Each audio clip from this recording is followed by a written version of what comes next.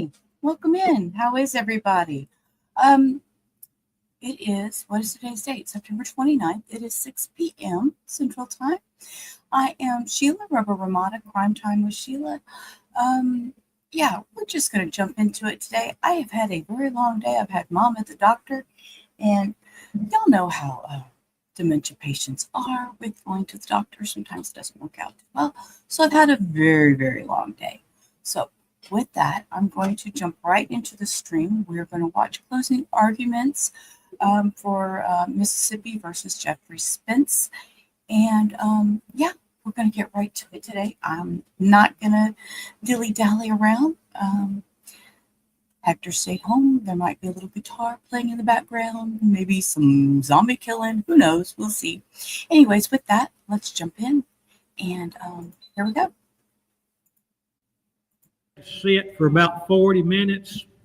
We'll have a little, if you need a little break then you want to leave at that time, you can, then be prepared to sit for about another 45 minutes to an hour. I don't want anybody coming and going when the attorneys are making their closing arguments. So, and then you'll have about another. So don't get up and leave during the closing arguments. And Mr. Bailiff, once they start their closing arguments, don't let everybody come in until they have a break, okay? I don't want to be any eruptions, all right? Your Honor, I'm missing an exhibit. I didn't get it. I promise. 36. 36. 36 is, it's been omitted. Safety box, easement and log, Saltville branch.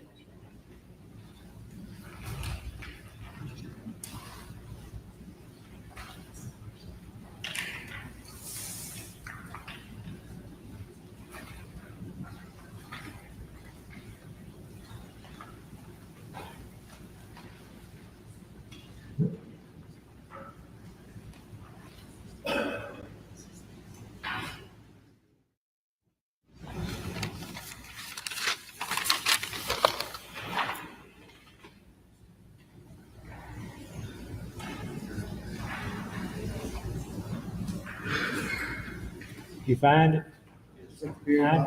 I knew it was going to be there. Miss Kathy's in charge. Miss Kathy, what? You was in charge. I know you had your stuff together.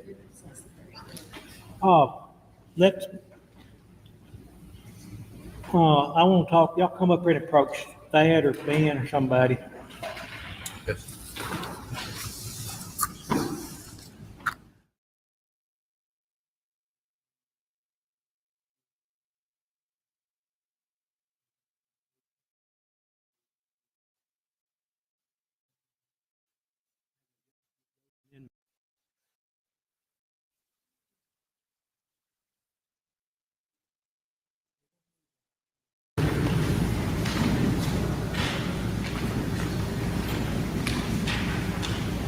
I'm not rushing anybody, but are you ready? Which is sort of like rushing you. We're ready. I need to lay my hands on a couple I'll get, let me do this. Let me give you an opportunity between the state's closing and your closing, okay? Jerry's been waiting long enough. Yes, sir. Thank you. And I'll have these instructions available if you want to use them in your closing, okay? All right, show the jury in if you're ready.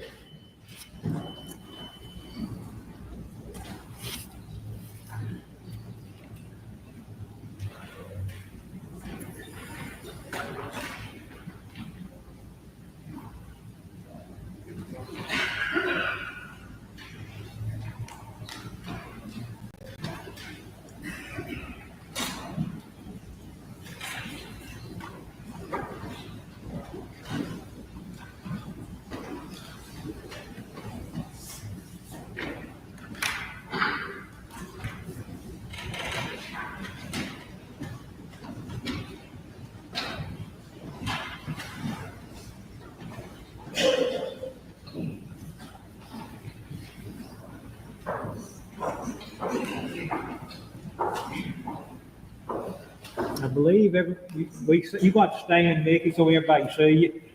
If you would, okay.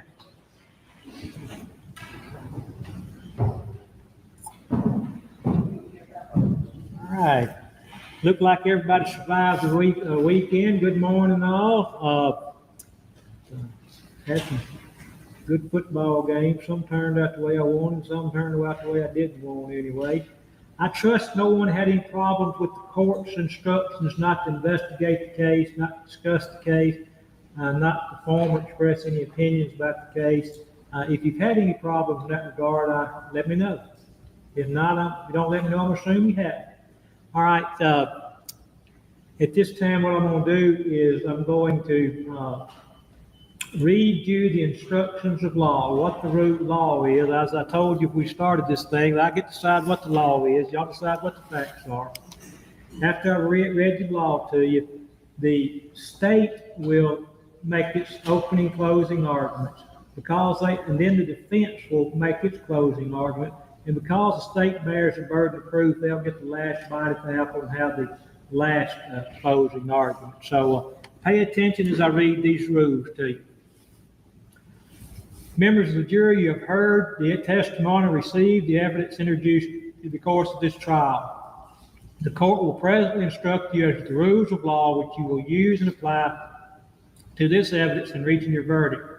When you took your place in the jury box, you made an oath that you would follow and apply these rules of law to the evidence in reaching your verdict in this case. It is therefore your duty as yours to follow the law which I shall now state to you. On the other hand, it is your exclusive province to determine the facts in this case and to consider and weigh the evidence for that purpose.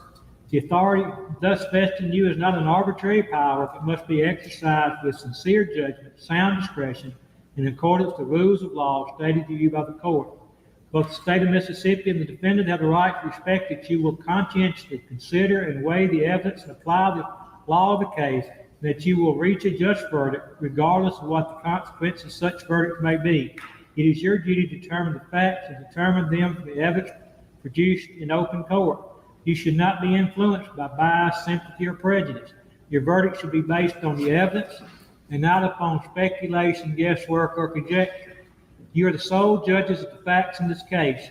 Your exclusive province. Bear in mind also that those are instructions of law that are to govern the case. Yeah, These will we're go going to back skip with you these, in so written just hold on a second. go I'm back using with you some in the guys. jury room. Y'all can consult those when you begin your deliberation. Is the state ready to make its opening and closing argument? Yes, Your Honor. All right. Thank you. Y'all guard the door now. Don't let anybody come and go during this portion of the. Thank you, sir.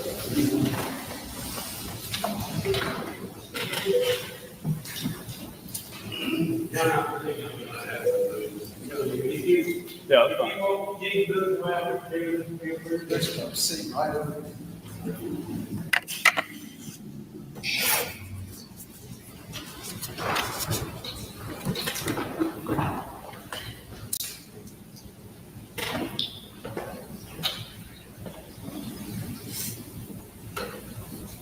May I proceed? Sure. Thank you. Good morning. The judge has instructed you on the law. As I said in my opening statement, you're the trier of facts. You judge the credibility of all the witnesses that you heard last week. Now, when you go back and retire and go back in the jury room and deliberate, you'll apply the evidence to the law and make your decision.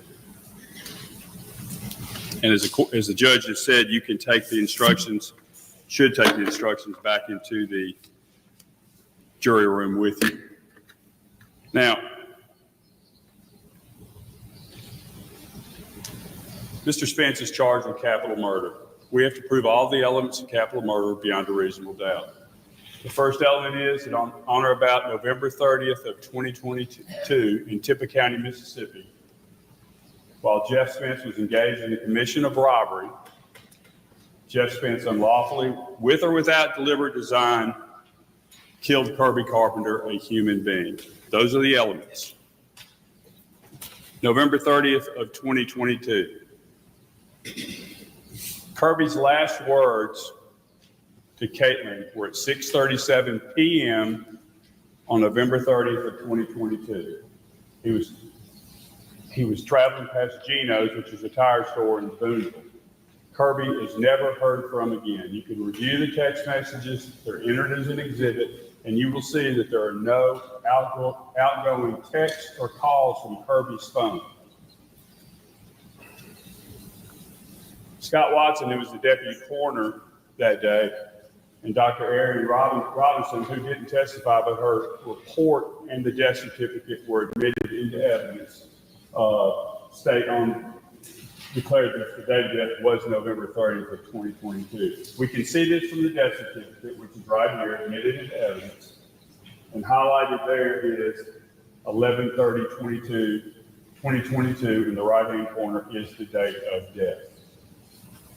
Tippah County, Mississippi. His body, no question, was found at 6071 County Road 600 in Tippah County. That's Kirby Carpenter's home. Now, let's talk about robbery.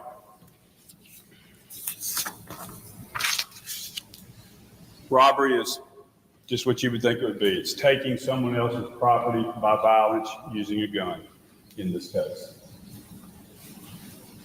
A person is in the commission of robbery, even if the robbery occurs after the killing. And the judge read you an instruction that tells you that as long as the state has proved that this is a continuing chain of events, the murder and the robbery, we don't have to prove which one occurred first. So even if Jeff robbed Kirby after killing him, he is still in the commission of a robbery. Now, let's talk about the property. You heard testimony early on in the trial from Bart Adams. Bart Adams is an attorney in Ripley, Mississippi. He knew Kirby for about 12 to 15 years, knew him, did some legal work for him, and he knew him as an acquaintance. He did business with him. He traded gold, silver, and collectible coins with Kirby. He also testified that in his dealings with him, Kirby always carried a satchel. I think Bart called it a man purse. And in that, I'm going to call it satchel. In that satchel was cash and business documents. Now, he also always carried a pistol with him. The gun and the satchel were never recovered. They weren't on Kirby's person, they weren't in Kirby's house, and they weren't in Kirby's truck that was locked in the driveway with the groceries he had purchased at the Kroger in Corinth on 11/30/2022. 22 Magnum shells were found on Kirby's person at the crime scene when the body was discovered on December 2nd of 22, but no gun. Where'd the gun go? Something he always carried. Now,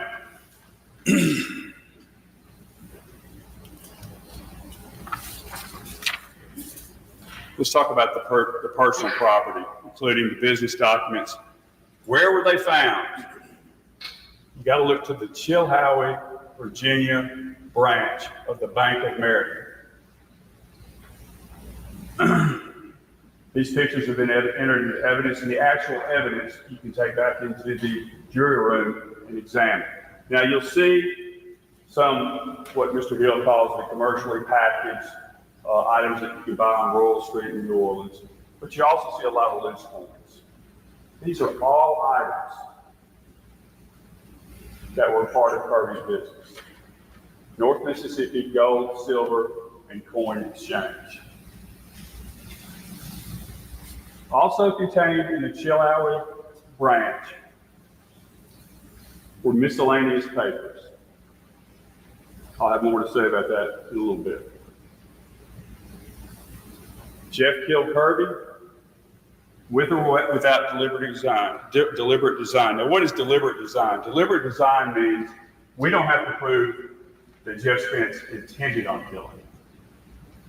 He killed him, but we don't have to prove intent.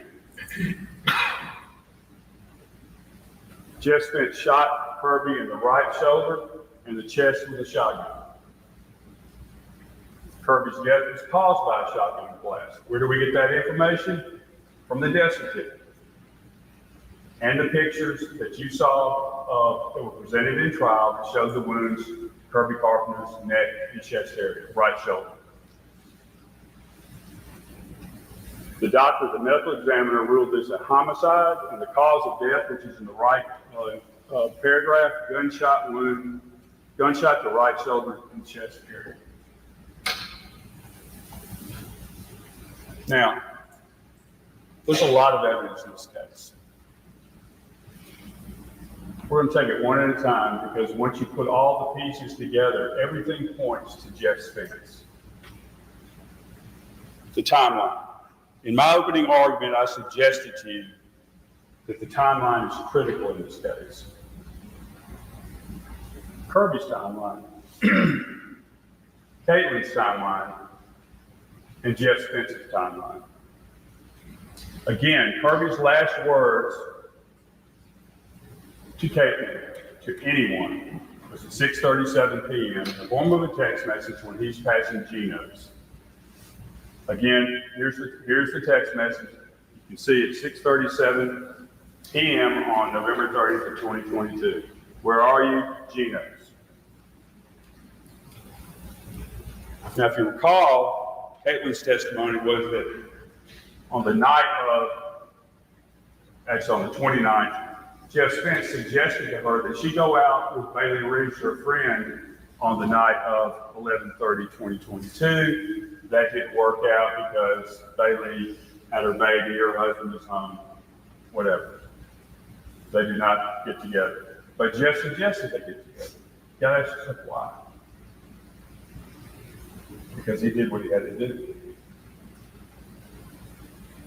We know where Caitlin was.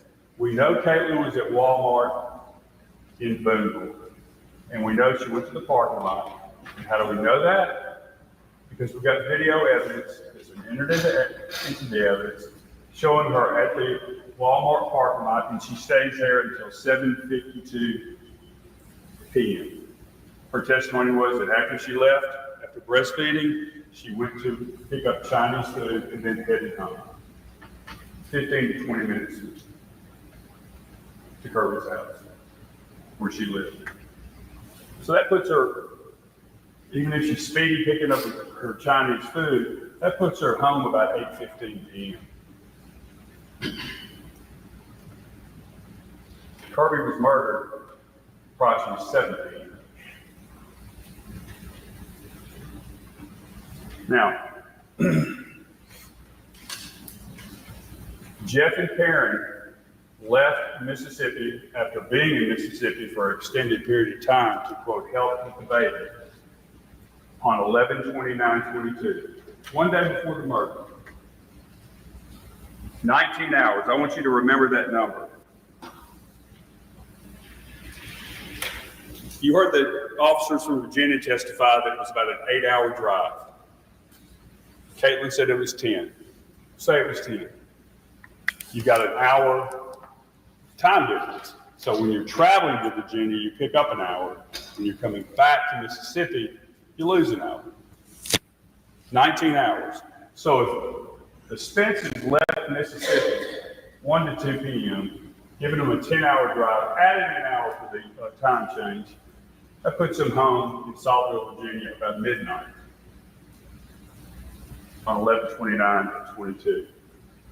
Kirby's killed at 7 o'clock p.m. on the 30th. That's a 19-hour gap. Plenty of time to get something to eat, to take a shower, fill up with gas, get a good night's sleep, and drive all the way back to Mississippi. And again, Kirby was found at 12:30 on December 2nd of 2022. When did the Spences say they come back? They came back on the 3rd, and they stayed at the funeral on the 17th, and then they left on the 20th. 19 hours. The bank box. The first bank box that was opened by Jeff Spence was opened on December 2nd of 2022. Guess what? The same day Kirby's body was found. There's a safe deposit box lease opened by Jeff Spence, co-owner Karen Spence. But what's significant is the box entry log. When does he enter that box? On the same day he opens it. At what time? 11:40. That's Eastern Standard Time, which is 10:40 Mississippi time. That's almost 2 hours before Kirby's body was discovered. If they didn't know he was dead, why they're opening up the bank box? And Mr. Hill made a big deal that, hey, you open up a bank box, nothing unusual about going into that bank box. But if you look at the Saltville branch documents, that box was opened up on December 12th of 2022, and the contents are in evidence. He doesn't enter that box until June of 2023. Why does he go into that box? On the day that he opened it, 2 hours before Kirby's body was discovered. Well, on December 4th of 2023, pursuant search warrants obtained by Virginia law enforcement, what do they find in the Chilhowie branch box? Number 11. This. And more importantly, more incriminating, not commercially valuable, is a check to David Barnes.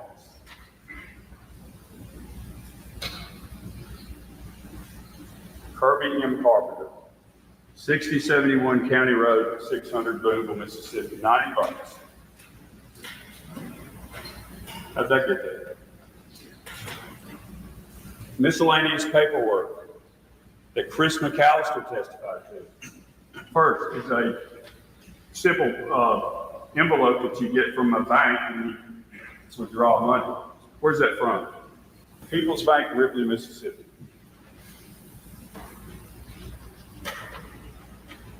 Bands are used to band money together. People's Bank. You gotta ask yourself, where's the money? It's in his pocket. And the receipts. Here's a receipt from Panthers Den in Dumas, Mississippi. Kirby's MasterCard. And here are some receipts that Chris McAllister testified that he verified that they were from Kirby Carpenter's account. Now, what do these documents do in that box? Because Jeff Spence grabbed Kirby's satchel and left. Testimony is that this satchel contains business papers, documents, and cash. All that's found in the Chilhowie box. The confession.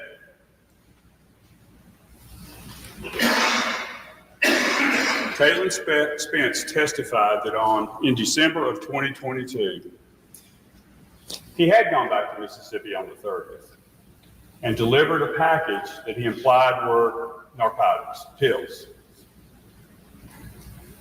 Placed him in the shed, I believe, underneath the bucket. So here he's confessing to going back to Mississippi on the 30th. And then we had the waterfall conversation that Caitlin testified happened between April and June of 2023. After she's reading all these social media posts, she's gone through counseling, and she just comes out flat out and asks Jeff Spence, did you kill Kirby? What did he say? No, I didn't kill him. What are you talking about? The less you know, the better. Don't look a gift horse in the mouth. Down south, we would say that as don't thump a free melon. If you say anything, you'll lose, and no luck will kill me. I did what I had to do. And Caitlin Spence testified that this was a confession. Now, Mr. Hill has made a lot of the purported enemies that Kirby had throughout his life. Drug dealers in Memphis,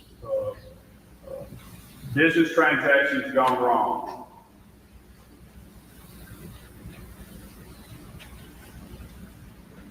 And all the people, Caitlin could have said, "Hey, look, he was dealing drugs with Joe Blow in Memphis.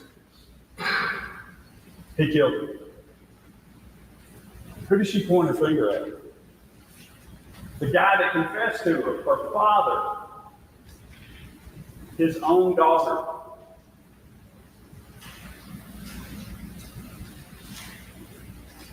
The shotgun.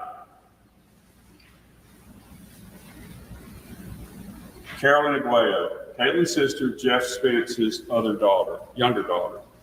First grade teacher, wife, mother, has no reason, nothing to gain from her testimony. She don't want to be anywhere around him. She don't want him to know where they live. She doesn't want him to know how many children she had. And he made the statement to her while watching TV that if he had to kill someone, he'd use a shotgun.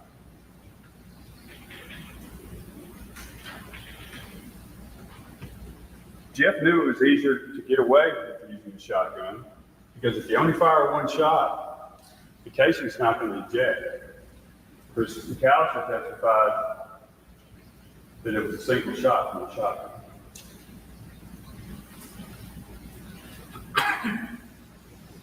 Now, significantly, again pursuant to a search warrant in December of 2023, Smith County law enforcement found a hidden, muddy, fully loaded shotgun under Jeff's bed. Pictures are in evidence. The shotgun was wrapped in a man's jacket. Muddy at the end of the barrel. Also important is the ammunition that was contained in the shotgun. He wrapped it 6 times, 6 shells ejected. I submit to you, the testimony was that the red shells are double off buckshot. Chris McAllister gave his opinion as a coroner that Kirby was shot with buckshot.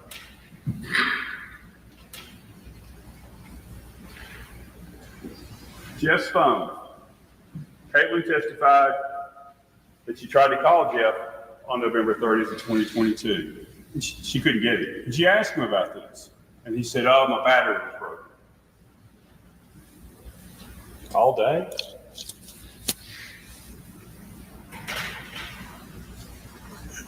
What was recovered in A1 storage was labeled a Faraday bag. You heard testimony what a Faraday bag is used for. Put your phone in there, nothing's coming in, nothing's going out.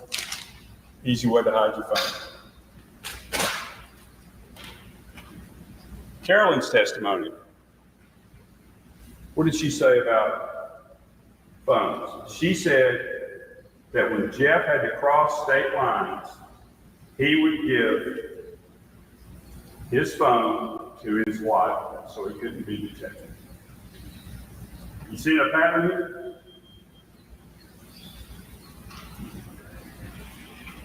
Jeff's MO, modus operandi, how he gets things done. The shotgun. Kill with a shotgun, hidden underneath his bed. Why do you hide the shotgun underneath your bed? Wrapped in a jacket. Because you're trying to hide the murder weapon. Again, what the comment he made to Carol, if I was going to kill somebody, I'd kill him with a shotgun. The phone. Carolyn testified, yes, the phone was carried so they couldn't detect him going across state lines.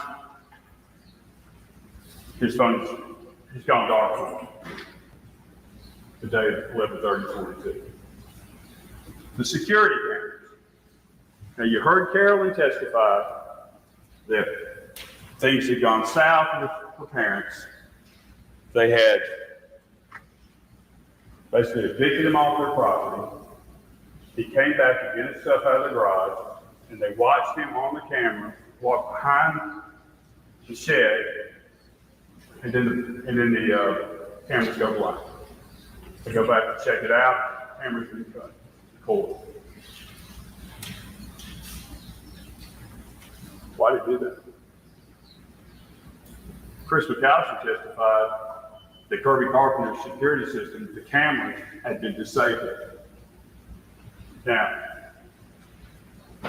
Mr. Hill said, oh, he didn't have access to the house. Yes, he did. Caitlin testified that she had told her parents where the spare key was located. So he didn't have to break into the house. There was no sign of forced entry because he didn't have to. He knew where the key was. He lived there for several months. The aggression. I wrote this down. During Carolyn's testimony,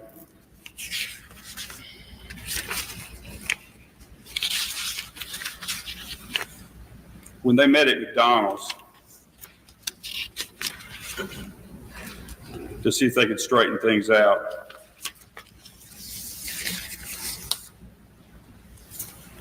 these are Carolyn's exact words.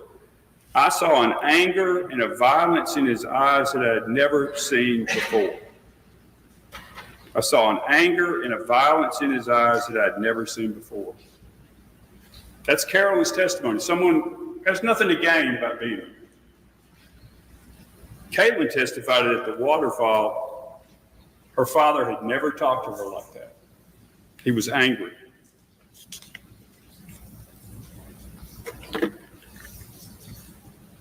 JDC, Jeff doesn't care. A text from November 5th of 2021, about a year before Kirby's murder. Jeff says, you hire the talent. The older I get, the less life in prison is a deterrent. Jeff doesn't care. The older I get, the less life in prison is a deterrent. That's a text in response to Caitlin's question, tired of a job. Hey, what other work can I do? And he says, Assassin's Inc. A full text chain is entered into evidence. Kirby's house. Again, Jeff knew about the spare key, knew where it was. Jeff disabled the cameras. Because if he doesn't disable the cameras, all this is for naught. Jeff shot Kirby, dragged and tried to hide his body. Picture of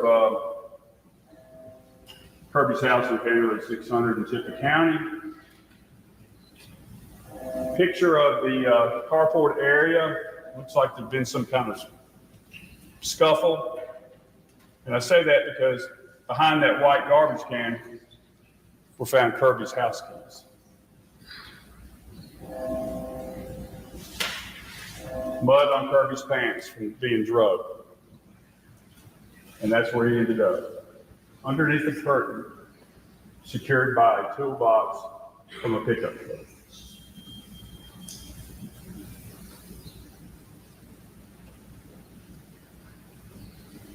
Now, Jeff's alibi.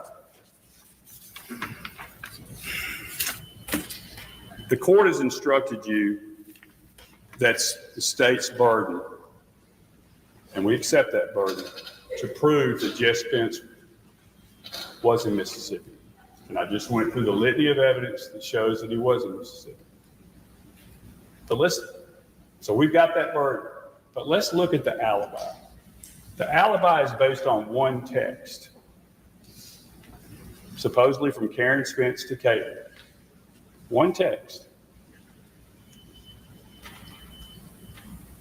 About to cook hamburgers. Dad worked really hard today. The hounds are on the porch. That message. That brings the obvious question. Where was Karen? This is an unverified unsworn, self-serving text message. Anybody can grab a phone, go into another room saying, hey, I'm having fun in Alaska. Why didn't Karen Spence come into this courtroom, be sworn in by the court reporter, sit down and testify under oath? I sent that text message. I was in Virginia when it was sent, and my husband, Jeff Spence, was with me. Where was she? I don't know where she was, but she wasn't here. Now, if you're accused of capital murder, and you're claiming you were somewhere else, and you see the number of just miscellaneous documents that are in all these bank boxes. It's almost like you hoarded receipts and things. Where are the receipts? Where's the receipt from the gas station where you filled up with gas in Saltville, Virginia on November 30th of 2022?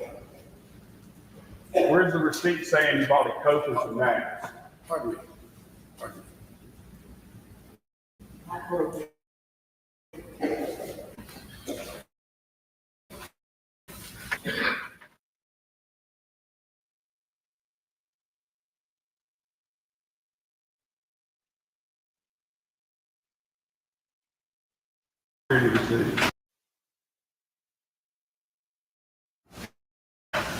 Why aren't there any receipts? Because he wasn't in Saltville.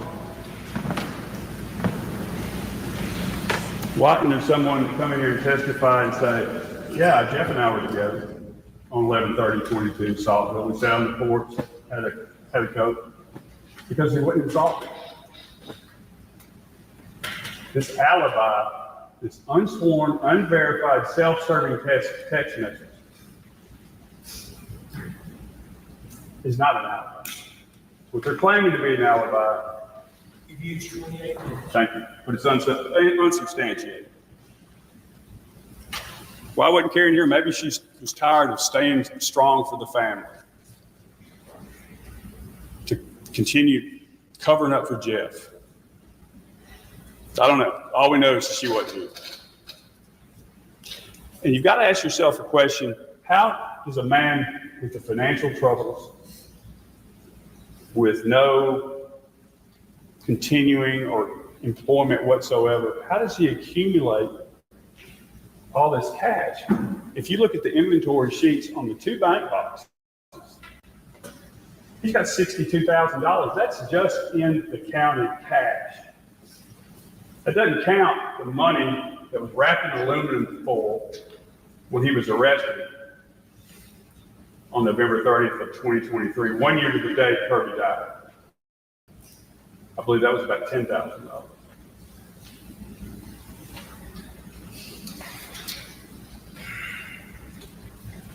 He claims that he deals in gold, silver, and valuable coins. Is there any dealer that came in here? He said, yeah, I'll show you.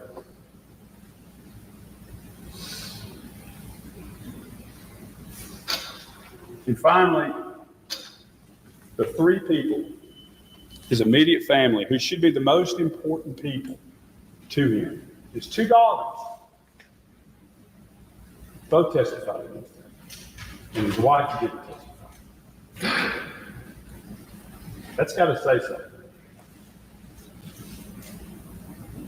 Confessed to Caitlin, Carolyn, again, the first grade teacher, wife, mother, credible, no reason to come in here and lie. They broke ties, I think she called them Bonnie and Clyde. Scared of her. Don't want him to know where she lives, where her family is, how many kids she has. Jeff Spence had the motive, that's greed. Jeff Spence had the opportunity in 19 hours.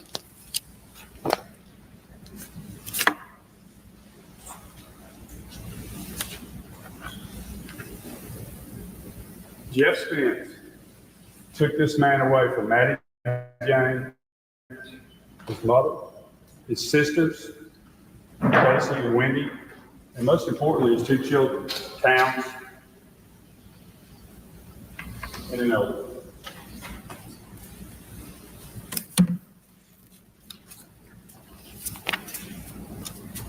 Jeff doesn't care. Prison's not a deterrent to him. A deterrent to what? A deterrent to murder. He's guilty. Find him guilty. Thank you.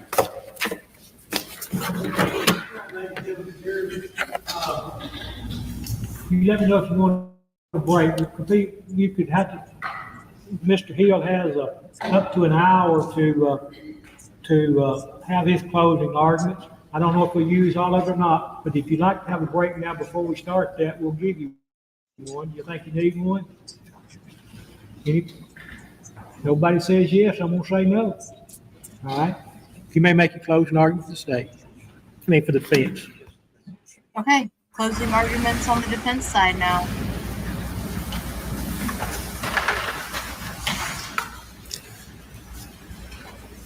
And be prepared for a long sit down. He does talk for an hour. He uses all his time, I believe. If I don't speak loudly enough, let me know. Raise your hand. Just give me a sign. Let's review the timeline again because they're leaving a lot out.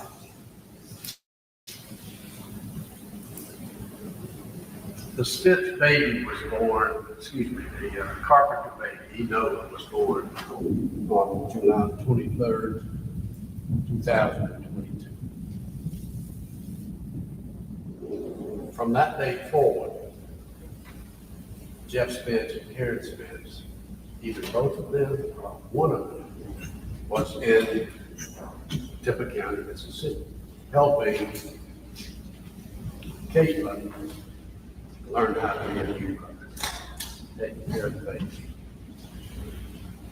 I think Karen Spence was here almost the entire time, the entire 4 months. And Jeff would be here, go back, take care of their place in Virginia, come back, go back, and did that entire 4-month period. On November the 29th, that's a Tuesday, they both returned to Virginia. And that's a 10-hour drive. Unless you drive going a lot faster than you should. That's 10 hours. They left about 3 p.m. That's an evidence. 3 p.m. on Tuesday the 29th.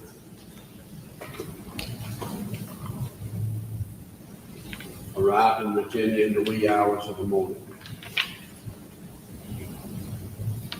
I'll come back to the timeline shortly. Jeff opened a bank box on the 2nd of December, I'm sorry. He opened another bank box on the 12th. The bank boxes that he opened on the 2nd and the 12th were visited repeatedly in 2023.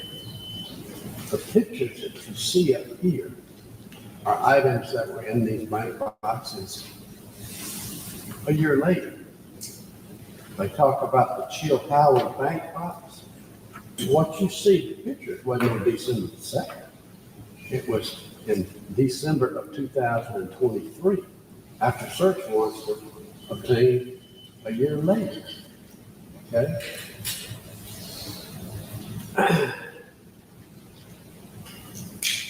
The government claims, I told you when we started, the government claims things that they can't prove.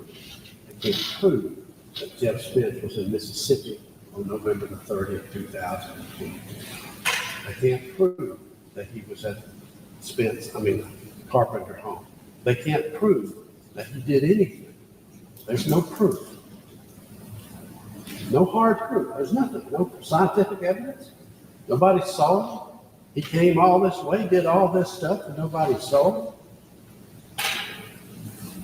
Now,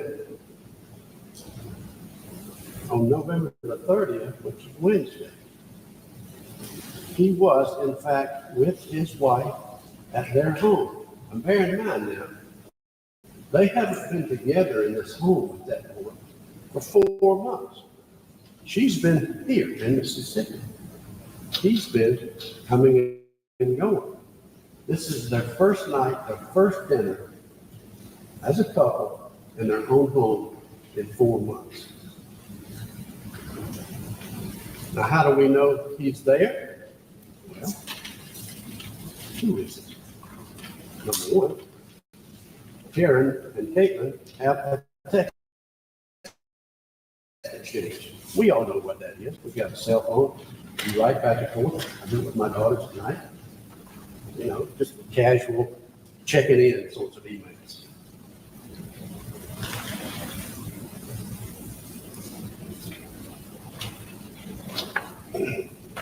And this is qualitative evidence. You don't have to have it notarized. You know how I came into possession of this? Just so you know how this whole system works. This is not something I found and I did find it, but it's not something I produced. This is product of what's called discovery in a lawsuit, in a court case. Discovery, that means giving information. And you know where this information was obtained? By them. This came from them. This text message from between Caitlin and Karen came from the government. You know, when you get arrested, trust me, law enforcement types want yourself. They love yourself. They love to go through it and see what they can find. And that's what they did in this case. This is what they do in every case. They find, they get your cell phone, they get a warrant to go into it, they go into it, and they heard the word dump it, they dump it, extract it, dump it. And this produces information. It produces information. And the information that they produce, they didn't know how to find it. When I get the phone dump, it's thousands. It's not just, oh, look here. I have to go digging for this. I guess they thought I wouldn't find it. Caitlin and her mother, I'll have this with you in the back. Caitlin and her mother are having this casual evening checking in sort of exchange of, you know, what's for dinner? Really enjoy seeing Noah. She's such a doll, that sort of thing.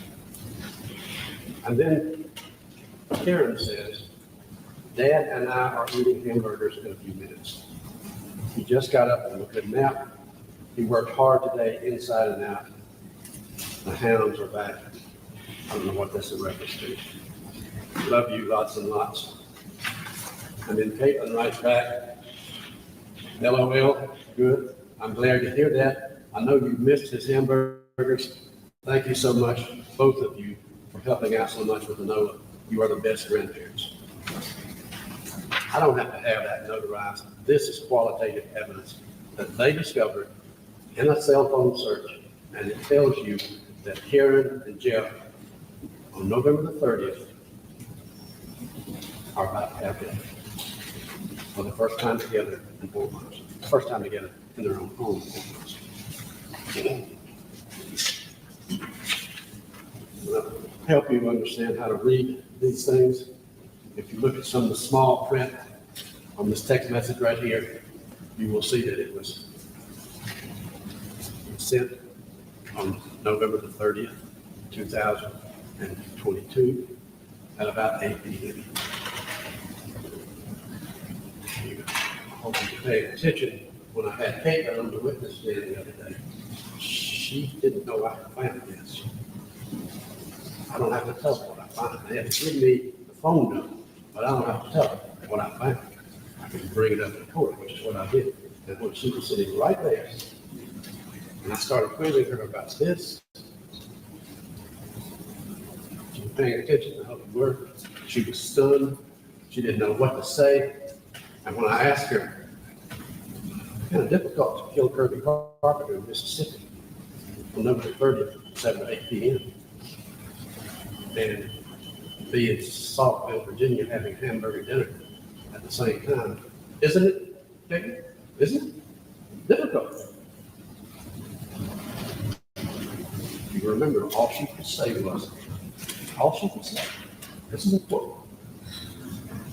That's what it said. The only retort to my question, how do you explain killing somebody in Mississippi and being in Saltville having dinner with your husband? Well, that's what it said. And that's what it said. She didn't need this waterfall confession. Waterfall confession never happened. This is, Caitlin Spence is up at her eyeballs in all this. I'm not sure you ever hear her. And she knew she was up at her eyeballs. She was the first one investigating. She was the first one to lawyer up. And what she did in April of this year is to get herself some relief. And you don't get relief from the government just because you want some relief from the government. You got to give them something. And so she makes up this story about a waterfall confession, wanted to hear it from her father. And she knew on November 30th, 2022, exactly where her father was, exactly where he was on November 30th, 2022. Because on that day, she was communicating with her mother about hamburger dinner they're fixing to have. And then Caitlin says, I know you've missed his hamburgers. She knew where her father was on November 30th, 2022. She didn't have to go ask him. Never happened. She's making it up. You know, what got Jeff Spence arrested initially was a statement from this guy named David Barnes. David Barnes was in trouble, just like David was in trouble. David Barnes was facing life imprisonment because he's a career criminal.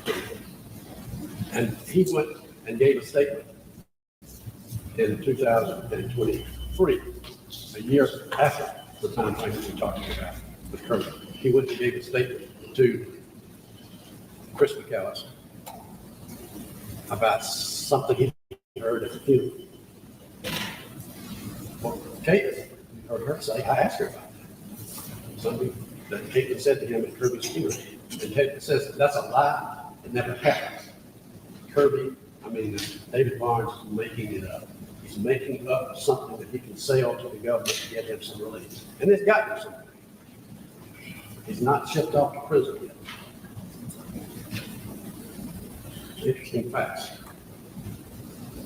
That's what got Jeff Spence arrested. David Barnes' statement in November 23. Well, what David Barnes did in November 23, trying to get himself some relief from law enforcement, is exactly the same thing that Caitlin Spence did at the waterfall. She's making it, nothing happened at the waterfall. She's making it up. She's making it up to be as plausible as possible. She didn't have to go ask where her father was on that day, on that night, November 30th. She knew it was right there. She didn't know what we're talking about. I hope you take note of David Barnes, who started this criminal case against Jeff Spence, was not brought into the court. They didn't bring him. There's a reason, but he's not correct. And another reason they didn't bring him is because they have two competing witnesses. One saying one thing, no, you're a liar. Okay? When we first met each other last week, I told you to make sure that you make the government prove its case beyond a reasonable doubt. Make sure, make them prove that Jeff Spence was in Mississippi on November the 3rd at 7 p.m. Beyond a reasonable doubt. Following the timeline further, they want you to believe, I told you, that they concocted this theory that Jeff, Mississippi and Virginia, came back to Mississippi, did the deed, went back to Virginia, with no proof. There's no proof of any of that. None, zero. Is that beyond a reasonable doubt? And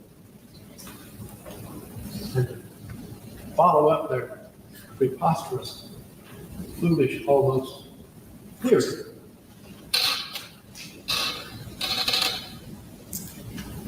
They create this almost impossible allegation that we left Mississippi in the afternoon of the 29th, drove all the way to Virginia, turned around the next day and drove all the way back to Mississippi, and then turned around and all the way back to Virginia. Now look,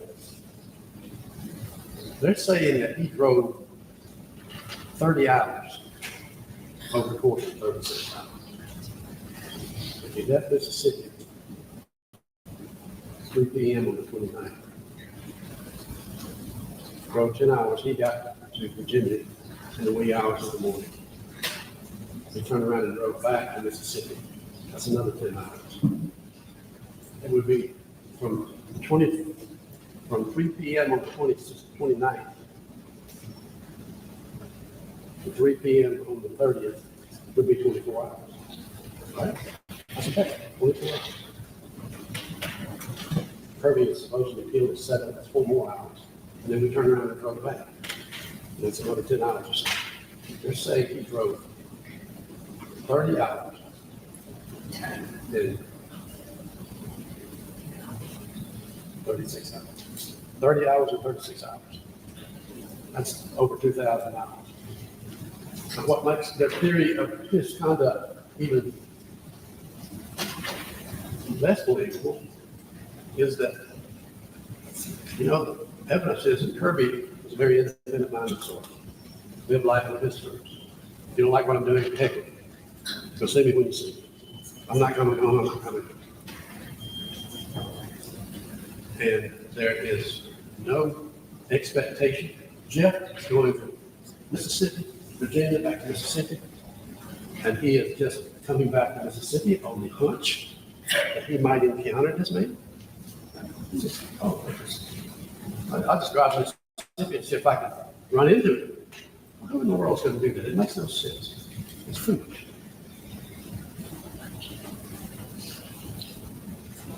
So the notion that we did that, it's not plausible. It's not credible.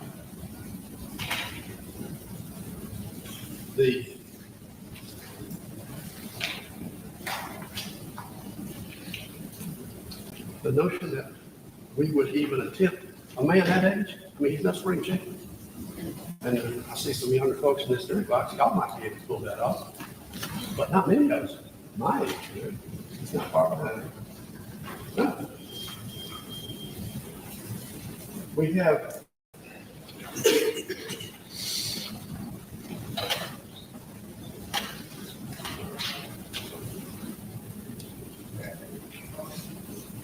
several items to talk about. Please bear in mind that a search warrant was had on the Jill Howie bank box on December 2nd, 2022. Mr. Miller has shown you also photographs. Those photographs are from December 2nd, 2022. Those photographs are from a whole year later. They don't have any proof as to what was open in that box on December 2nd. You just open the box. I mean, it doesn't, certainly not what you saw on the screen. And then the next box was opened on December 12th, 22. And it didn't have anything until June of 23. Jill Howard box was visited 4 times in 23. All the stuff going in before the photographs were taken. The software, I mean, yeah. The box opened on December 12th. Didn't have anything until June of 23. And certainly nothing was put in it that looked anything like a photograph that you saw on the screen. These photographs, trust me, are not contemporaneous with this time. They are different. They're not contemporaneous at all. When we bring a witness in Carolyn who hasn't even seen these people, in 7 to 8 years, hasn't even seen it. And they're going to use her testimony as some sort of convincing. She hadn't been around decades. She hadn't been around the entire family for a year. And she's so full of hate and vengeance. I'm pretty sure they don't care. You know, she lost me when she told y'all that her mother's illnesses were a matter of convenience. That when her mother needs an excuse, she's got help for her. A matter of convenience. If that's the least mistake you can show your mother, I'll find her more to talk to you. And there's your mother.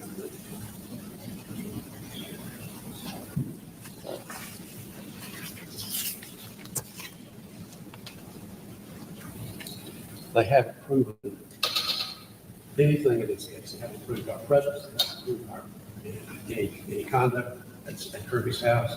They haven't proved that we got to get in the house. They haven't proven that we committed a robbery. What we robbed? They haven't proven any robbery. They haven't proven anything. They haven't proven that there was any attempt to go into Kirby's safes. No damage, no dent, nothing broken, no lock picked.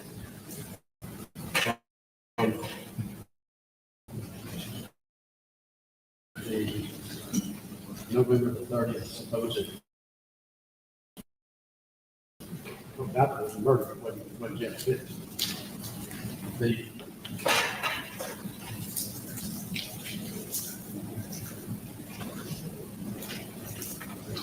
I haven't figured out yet, I've been sitting here for a week, I haven't figured out yet what exactly they claim was taken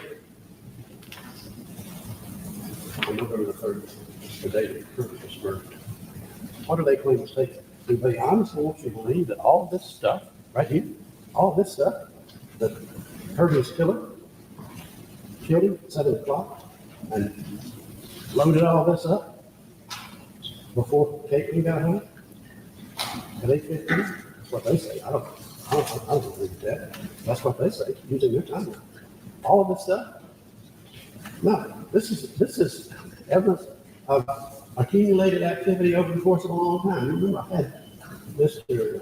Johnson, the young investigator from Virginia, who was sent for a couple of hours, going through every item in that box, and that box, and that box, and that box. Every item. And every item in there, they showed some loose drawers. There weren't any loose drawers that I saw the other day. I asked him about loose drawers. He said, they're not loose drawers. They are commercial products. You'll get to see it. You can look at it yourself. Individual silver piece, silver dollar, or whatever. And it's packaged in a hard plastic container that can be bought. I always say royalty because I have bought stuff there myself when I'm importing it. But you can buy it different. You can buy it in Birmingham. Anywhere where there is, anywhere where there are products that make you sold. And Mr. Johnson was asked, have you seen any evidence, Mr. Johnson, of when Jeff Spence came into possession of these items? Nothing. Couldn't say. Could have had them for 40 years. Could have had them for a year, 2 years. Who knows? They don't have any proof. They just, I told you the other day, they're just trying to squeeze whatever evidence they can and make it as punitive as possible against Jeff Spence. Trying to put, I think I use the analogy of trying to put a square peg into a round hole. They've been doing that for over 10 years. And they're always going to catch it. They want to catch everything they do. It's a government tendency to make it as bad for them, sinister sounding as possible for the accused. And the example that I'll use for you, you know, if you look at they make out a term when they do evidence. They have a limit. There's only a few secrets. And they accused Jeff Spence of possessing, on the day that he was arrested, $8,200 counterfeit money. Well, that sounds pretty bad. $8,200 counterfeit money. He didn't have one red cent. He saw me have Mr. Johnson. Let's look in this bag. Let's open it up and see what's in here. Remember that? When we opened the bag with $8,200, and supposed counterfeit money. Well, it wasn't counterfeit money. That's play money. It says it, you look at it, it says it right on the document itself. Flip it over on the back side. It says,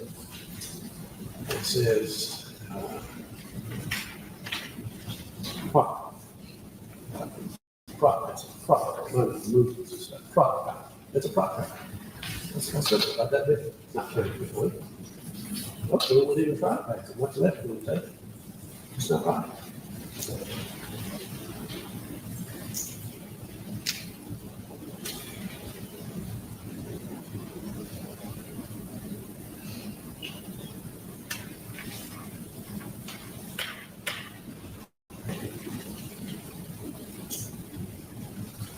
If Kirby supposedly, excuse me, if Jeff supposedly brought fuels that Caitlin Spence brought, why would they never find it? Didn't happen. Caitlin's just making stuff up to protect herself. Caitlin's making stuff up to shift the blame. She's making stuff up to earn her freedom. She's free. She's happy. She is a free person with her daughter. They say I blame her. I might have done it myself, but that doesn't mean she gets to pass it off to somebody else, which is why it's not her.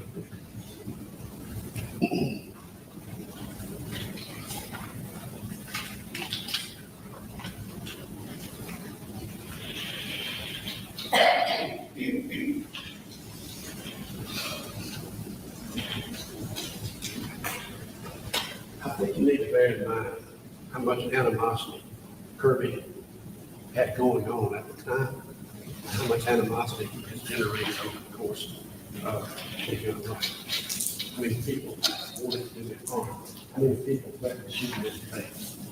Not just shoot him in the face. How many people wanted to drag him out to the streets and beat him to death in the city of Liberty, where nothing would happen to him, is what he said. How many people got mad at him over manipulated business deals? How many people got mad and said that's the kind of money to kill over? All sorts of questions. Somebody killed Kirby Carpenter. Who was it? Have they proved to you beyond a reasonable doubt? Judge Gibbs? No, they don't have any proof at all. Besides, I just showed you. On November the 30th, at the time he supposedly was in Mississippi to do this deed. He was at home in Virginia with his wife, and she is telling the daughter that. And the daughter knew it, and she went to talk to her, or claimed she went to talk to her husband, or her father. And what year was it? 23 or 24? 23. April of 23, June of 23. No, it just didn't happen. The government wants to direct your attention to other specific facts, like the shotgun found in a house in Virginia. What's so big about that? There's no connection. There's no evidence at all connecting that gun to Mississippi. None, zero.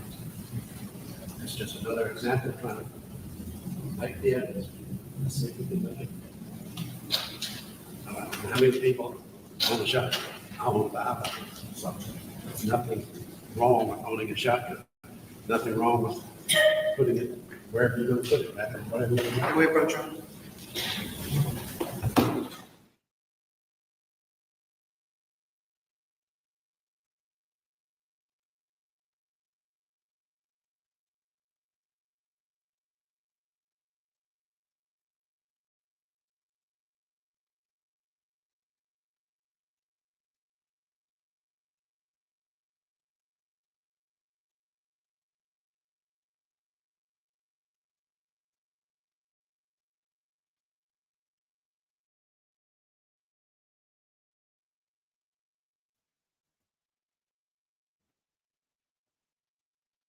Brief sidebar in the middle of a sentencing.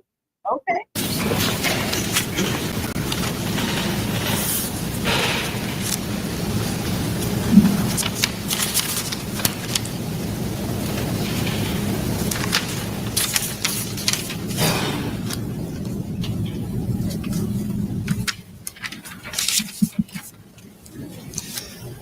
I told you that you should pay particular attention to Caitlin Spence and her effort to get out of trouble and whatever she said about her father, and analyze these facts carefully as to her.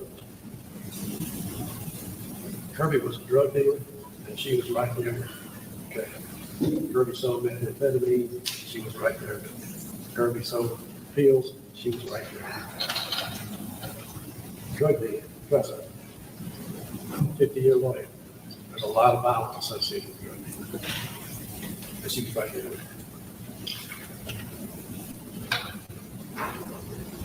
You know, going to Virginia, drive it back in Virginia.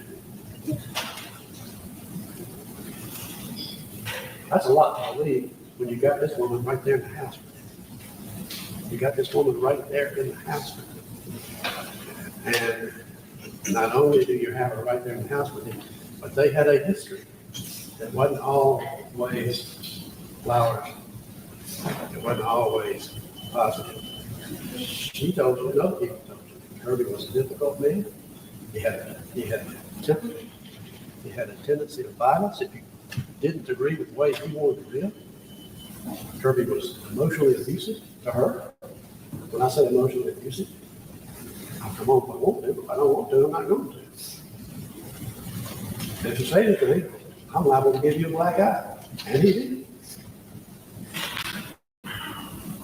I don't believe Caitlin was happy in that relationship, and I think she's glad it's over. And one of the things that I found interesting that I didn't even know until this case was being heard. Mr. McAllister was on the witness stand, and he wanted to play the 911 tape. And you heard after the dispatch answers the phone, answers the 911 call. And then we have a very emotional, crying, upset young woman. And Chris suggested to you that that was an act. And I suggest to you that it was an act for her to cover her own interest here. Remember what Chris said? A 911 call is recorded. It's recorded before it's answered. And when that 911 call was made, Caitlin wasn't crying before the phone was answered. She wasn't upset before the phone was answered. She was upset when she acted upset when the dispatch said, hello, what's your emergency? That's when it rhymes in that space of time between making the call and it being answered. There was nothing. Caitlin was manipulating the situation. Caitlin was trying to deflect attention away from herself, just like she's done with the supposed waterfall story. It doesn't hold water in view of her discussions with her mother on the night of November 30th, 2022. Dad and I are fixing to have a hamburger supper. At the same time, the Kirby is supposedly being killed. Just doesn't watch. Doesn't hold water.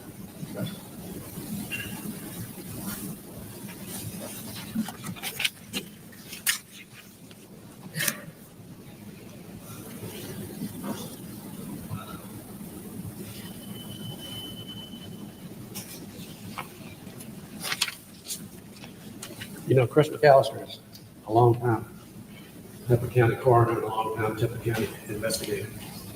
I've known him a long time. He usually shoots straight with me. And I think he shot straight some arrows, but basically in this case.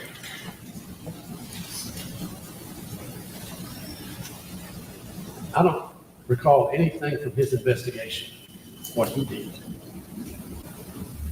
that in any way connects Jeff Spence to here, to this case, to this court, on November 30th, 2022.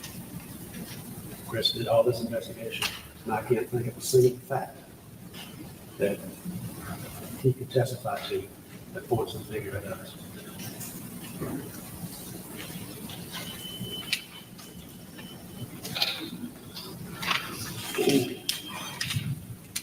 There's no connection between cameras. There's no connection. There's no proof of any connection between surveillance cameras. There's no proof of any connection concerning any sync module. There's no proof of any connection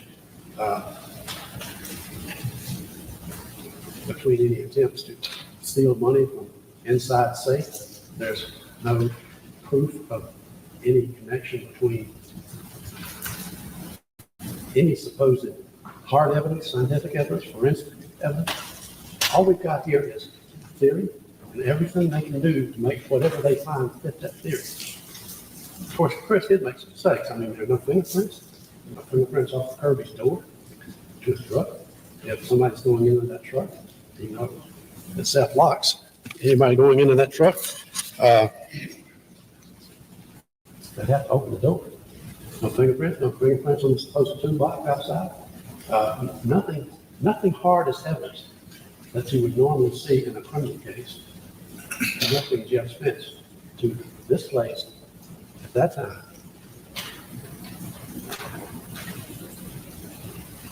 That day, that time, nothing.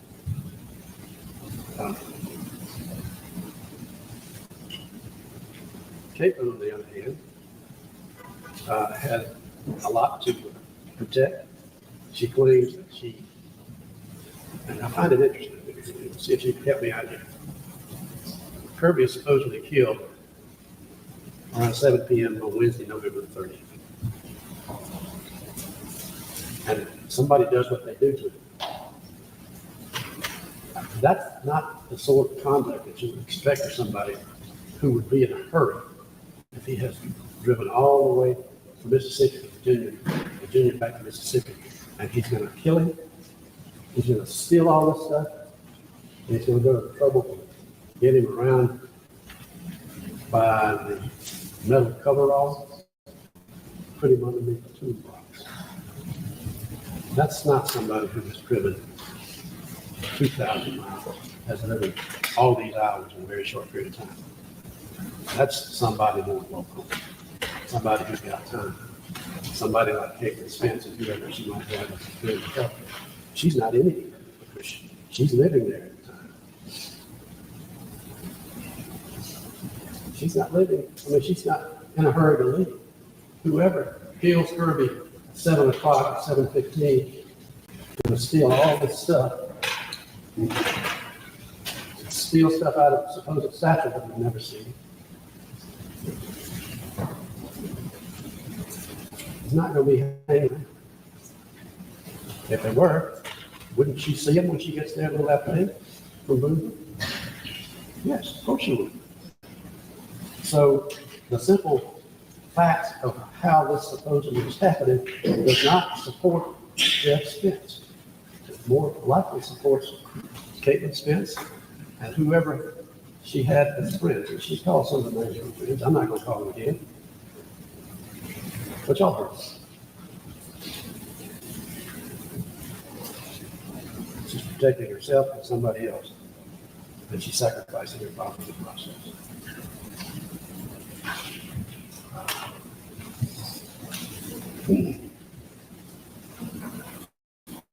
There is. Well, I'm not naming it. Don't want to waste time. Kirby Carpenter had a habit or practice, I'm not sure it's a habit, practice of he owes me money, so he writes me a check. And I say, can you cash this? I give him the check back, and he cashes it. I put the cash in my pocket, and off I go. That check handed back to him, it becomes a receipt. It's like a receipt. And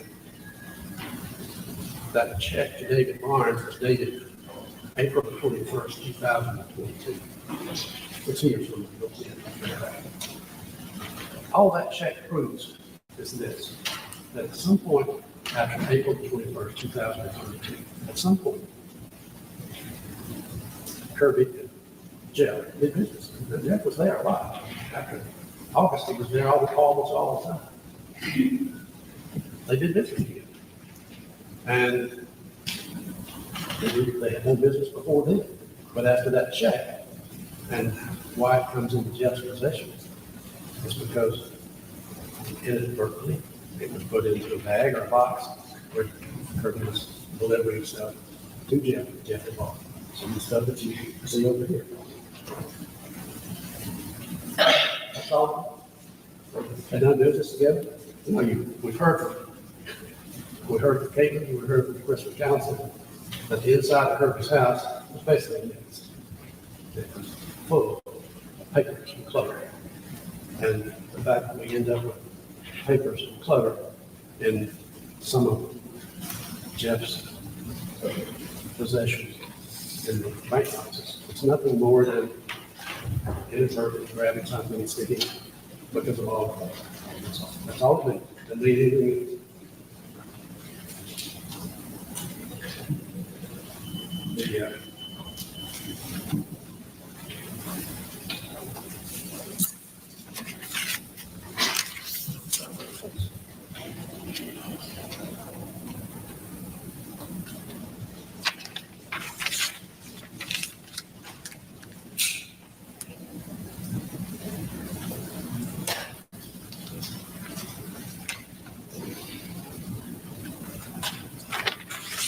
there is no connection between anything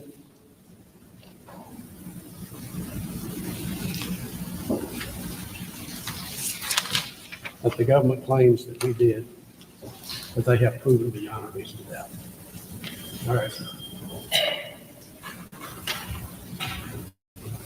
And remember, there were plenty of people who wanted to do Kirby. Ray Palmer, David Hancock. Remember the guy who, Adam Gates, chased him down in Google and assaulted him in a parking lot with a gun. Memphis, back Nashville, Diamond guy. All had reason to want Kirby gone. And drug dealing in and of itself. This is not to raise your eyebrows.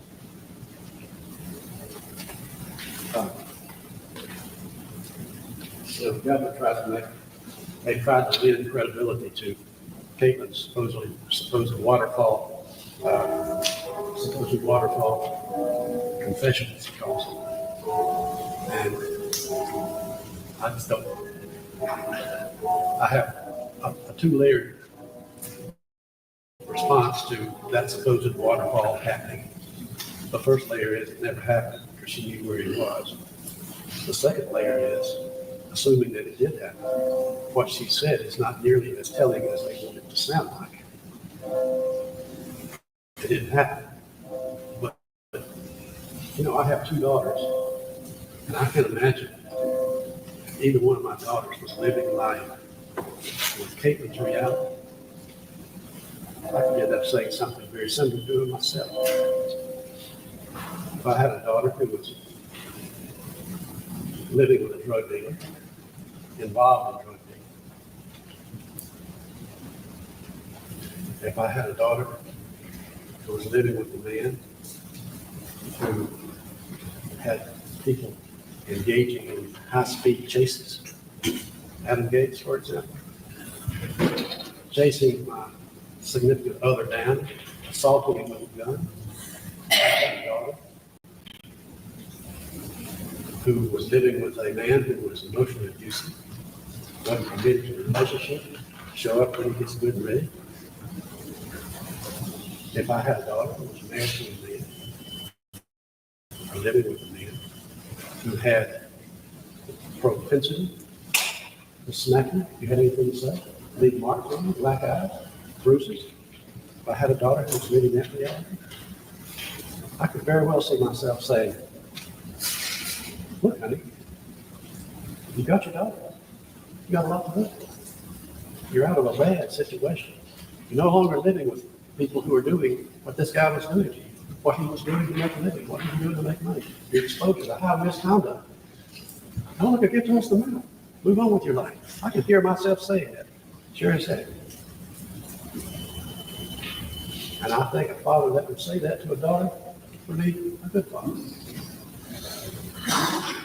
It doesn't mean what Caitlin did, but it never happened because Caitlin knew exactly where her father was on November the 30th. 2020. He was at home with mom. First time they had together a dinner at their own home in 4 months. Spent the day working. Took a nap, cooked a hamburger. You'll see it right here. This is digital proof. Your cell phone, you know, that little guy follows you around. And he's recording evidence when you don't think it's recording. It follows you around recording evidence. And to the extent that Caitlin says, or they want to make out like Caitlin says she can't get in touch with her father on November 30th. Battery's broken. Whatever. This little guy's not to be denied. And I don't, if that were in fact the case, let me tell you what happens. Let's assume that my battery's broken. And you can't call me. That's my phone's not working. It's not answering. Or let's assume that, like I do every Friday night, I turn the dead hammer on. It's off. Well, it's off only through the stick. Because if this little guy is not really ever, you're calling me and my battery's broken, and you leave me a message, and you call me again and leave me a message. Those messages don't go into outer space. When this phone is powered back up with a battery, or I turn it back on, you know what happens to those messages? You got 100. They come flooding in. They come flooding in. They're not going. They come flooding in. And if you take call today on November 30th, now we should believe that something sinister is going on because I couldn't get in touch with him. If you left a message, it comes through when the phone is battered up or turned back on. And we don't have any such evidence because it didn't happen. She's just trying to bolster her claim. They're trying to bolster their evidence. They're trying to make stuff better.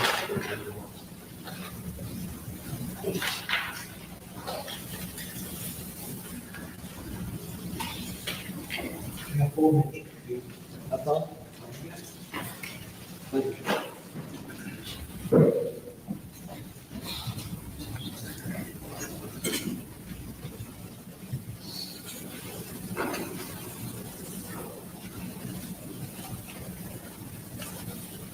Exhibit 50. Exhibit 50. This is proof. November 30, 2022, at 8 p.m.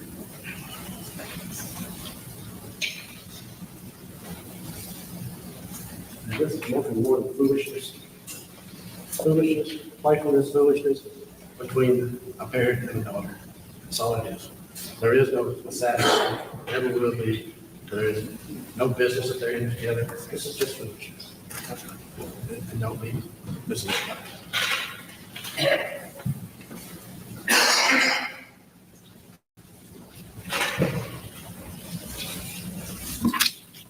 You've got all the returns, the entry log, one bank box, another bank box. Just bear in mind that those boxes were visited. This is 2, 4, 6, 8, 9, 10 times in 1 year. This one's 4, and another one's 7. And what they're showing from these pictures are after all of these visits, the stuff that's being put in. The pictures aren't contemporaneous with Kirby's death. The pictures are a year later, over a year later. Search for the guy. Don't be missing it. Sit down and talk. Start talking about this case. Remind each other. When you leave here, you should feel good about the decision.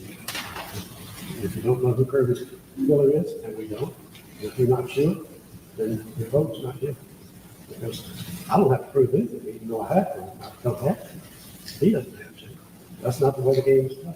That's not the way the system works. The government claims they have to prove that. Make it. Thank you so much.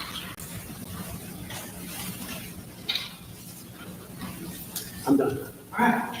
Ladies and gentlemen, jury, let's just take a little break. I've been out there a good while. Make it pretty. Y'all like how he ended? I'm done. That was the best ending I think I have ever seen.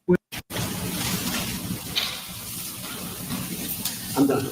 I'm done. Ladies and gentlemen, Okay. jury, let's Just wanted to just verify. take a little break. I've been out there a good while. Make it pretty quick.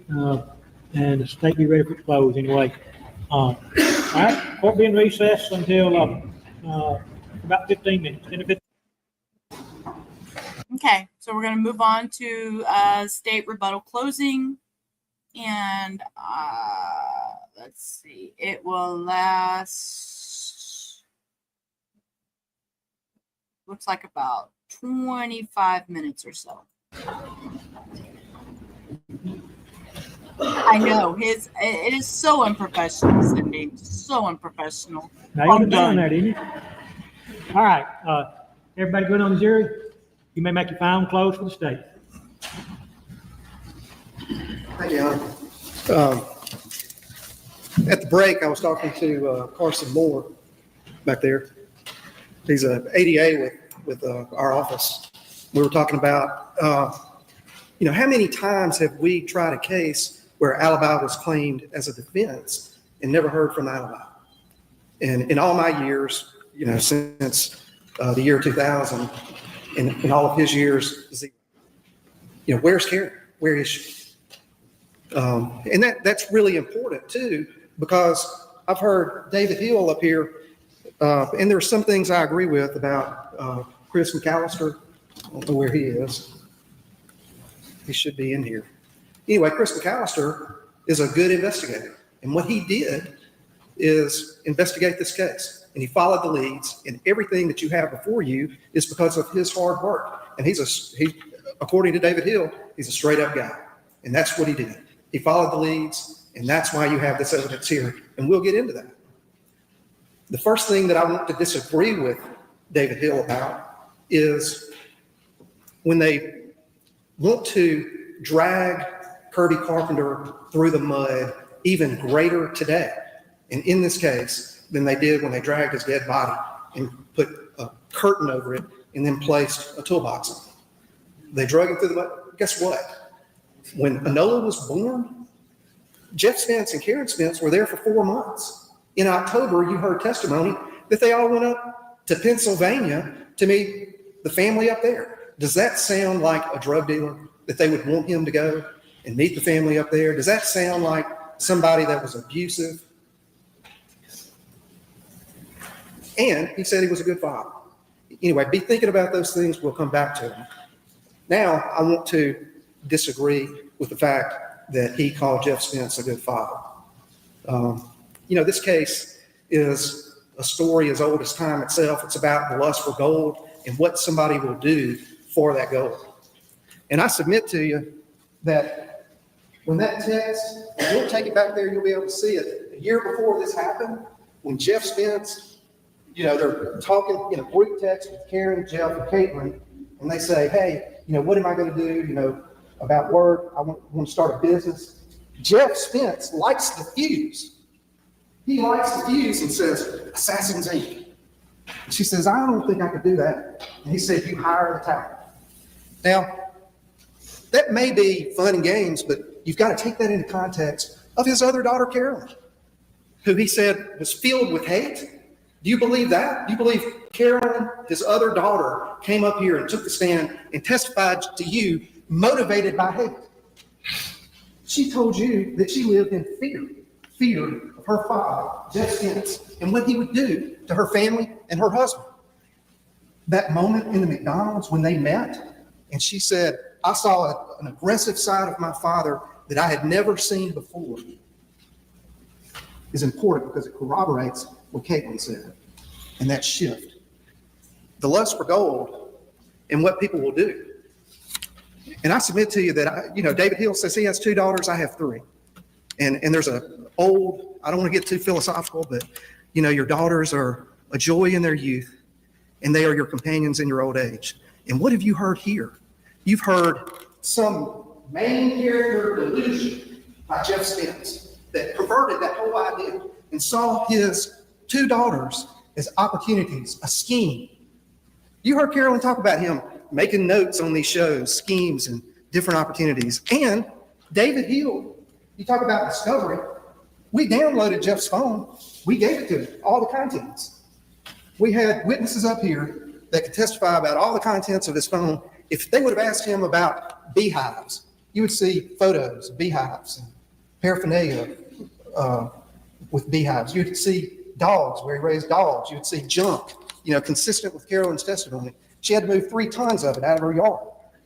You would see all that. He could have asked him. You heard Carolyn say that they want you to believe that he had a lifelong interest in silver and gold and coins. If he would have asked him about what was on Jeff Spence's phone that was hoarded, there'd be nothing. No gold, no silver. You'd see junk cars. You'd see junk. You'd see washers and dryers and old junkers with no coins, no gold. If he was a lifelong dealer in silver and gold, why not bring receipts? Why not bring the people that he dealt with? You didn't see that. Do you buy it? I don't. I believe all this that you see, all the valuables that are here, that have been kept in the bank vault during the proceeding of this trial because of its worth, has nothing to do with Jeff Spence, who declared bankruptcy, moved in with Carolyn. They bought him a car, gave him a car, tried to get him on his feet. He saw him as an opportunity. Do you believe that she testified out of hate? Or do you believe that she was testifying out of fear? She doesn't want her whereabouts to be known because of Jeff Spence. That text, Assassins, Inc., lit a fuse. And then he wants to talk about the waterfall conversation between Caitlin and Jeff. Well,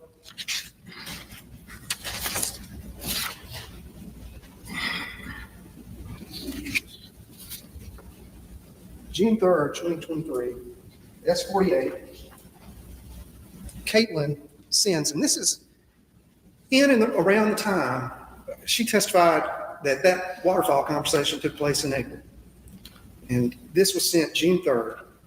Thank you, Daddy-O, for making it where I can just take care of our Noah.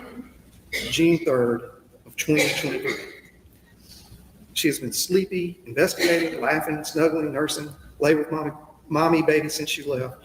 We're on our second nap.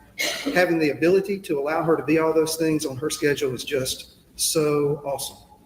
This is the bookend to when he lit the fuse a year before with Assassins, Inc., hiring the talent. And you know what he said in response to that? I mean, does this sound like, to me, this is an admission. It's not a normal response from a father who David Hill says is a good father, and we'll get into that too. No more important use for my life or anyone's. Isn't that weird? Isn't that strange? It only makes sense in the context of the fact that we know that he drug Kirby Carpenter's dead body through the mud.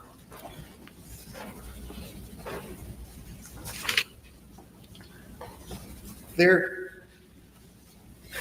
an old lecture by Russell Conwell called Acres of Diamonds. I don't know if any of y'all have ever heard that, but it's about this farmer in Persia that sells his little farm and goes searching the world for treasure.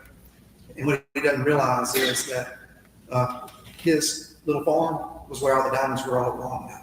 Why is that relevant here? Because I think it's profoundly, critically important for you to understand that as it relates to him being a good father, his only 2 children came in here and testified against him. Both of them. And that goes back to his main character delusion, and that delusion and his schemes poisoning their families. He did it with Carolyn, and he was doing it again with Caitlin. And he was successful with Caitlin. You know, if he would have realized that his daughters in and of themselves were his crown jewels, we wouldn't be here today. If he had spent all his schemes and efforts and energy into giving them positive examples and advice, we would not be here today, but he didn't. He saw them as opportunities, exploited it, and poisoned it. And today, ladies and gentlemen, you are the antidote. I am neither foolish nor confused. about David Barnes. What we had, what you heard from Chris McAllister was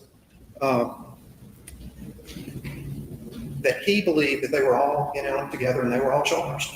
Jeff, Carolyn, and Karen, all charged together with the murder of Kirby Carpenter, right? Now, there's one thing that we know from the proof, and that is Caitlin could not have pulled the trigger. Could not have pulled the trigger. We had surveillance of her at the Walmart parking lot shortly after she texted Kirby, "When are you going to be home?" And that was at 6:37. And he arrived, and when she came home, his truck was there, no Kirby. And we already know his body was hidden under the curtains and under the toolbox. If you were to ask Chris McAllister or Maddie Jane or Mindy or Casey whether they were all in on it together, they would say yes. And there are 10 or 11 facts that we can point to that would show that. The Assassins Inc. group text, Caitlin identifying when Kirby was going to be home, Caitlin being at Walmart for 45 minutes on camera, her alibi, Jeff's phone radio silence all day long on 11:30. Now, David Hill wants to talk to you about how difficult that would be for a man of his age to make that trip. You know, on 11/29, going back to Saltville, 8-9 hour trip, rest. The next day is November 30th. He could drive back to Ripley, 8-9 hours, be there between 6:37 and 8:15, you know, probably 7:15, that time frame. We know that if you remember on Fort Ire, I thought it was a peculiar question that was asked of the panel. You know, how many of you are truck drivers? Well, I don't think any of the truck drivers made it on the jury. But I don't think that drive is as difficult as he wants you to believe. And then I think you can add, he made a big deal about us giving this to him on Discovery. You know, where's the beef? Where's Karen? Where's the hamburger? You know, there was something really interesting that she said in there. Dad and I are eating hamburgers in a few minutes. He just got up from a good nap. He worked hard today, inside and out. The hound dogs are back on the porch now. And if you remember, he was reading that to you, and he just said, I don't know what that means. Well, Maddie Jane knows what that means, and some of you understand know what that means. That means the hunt is over. Dogs are on the porch. Objection, Maddie Jane hasn't testified about anything. Maddie Jane hasn't testified about anything, and I object to him quoting what Maddie Jane said or what it said. It's not in evidence. Testimony. Well, it's an old expression. Some of you may know what it means too. It's an old expression. Group text, well, actually just between Karen and Caitlin, because as you know, looking in the A1 storage, this man's phone wasn't working that day. Faraday bag. Number 6, Caitlin telling cops a list of people that could have ill will toward Kirby. That was significant to Chris McAllister. That's where all that, who could have done it? It took a year before search warrants were issued. Chris McAllister was working this case doggedly during that whole period of time. There was just nothing there. Nothing led back to any of those people. Complete access to the home. You heard Carolyn's testimony about what Chip Spence did to their surveillance system in Virginia. He cut the wires, stole the tools, good father. Are you kidding me? They had another camera up there that caught him in the act, caught him cutting through the fence where they had tried to secure it because they knew he'd come back and trespass and start taking stuff. This was the controller. They had been there for 4 months. This was on the mantle on the TV, if you remember. And Maddie Jane, you heard, called Chris McAllister and said, this was behind a bunch of boxes, just thrown off into the back of us. That was the controller of that surveillance system.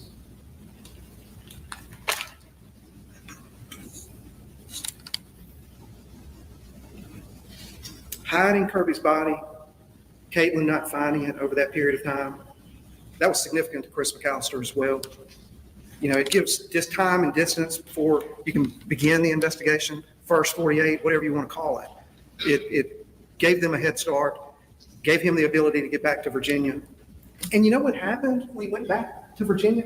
They want to make light of it, but man, that Sheila Howey opening of lockbox.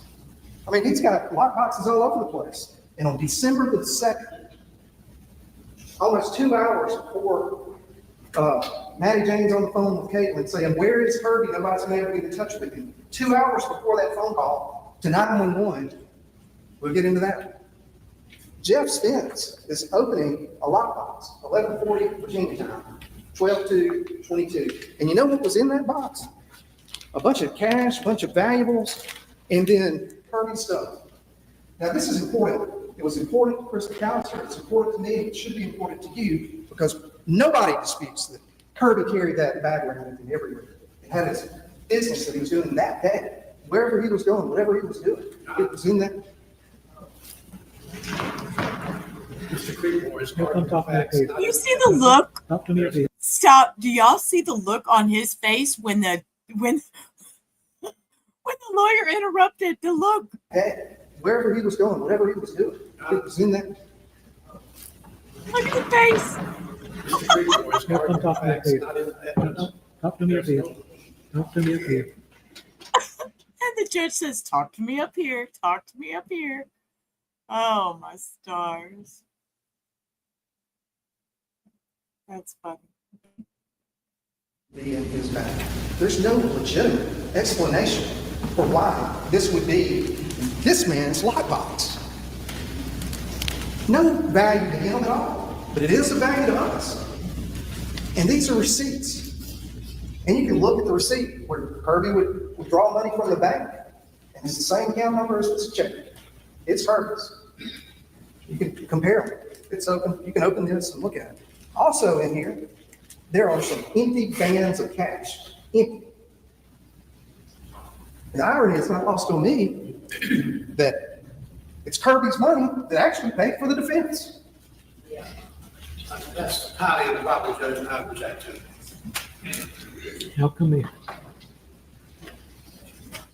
Judge says, "Y'all come here. Y'all come here." He's probably telling him, "Get on with your story and get done. I'm ready to go eat some lunch so I can go duck fishing in the morning because this trial's going to be over." I don't know. He just tell him, y'all get on with it. Quit interrupting him. Let him get I done. meant no offense to Mr. Hill. I think there was money in that account. It goes back to bands that were from the People's Bank in Ripley.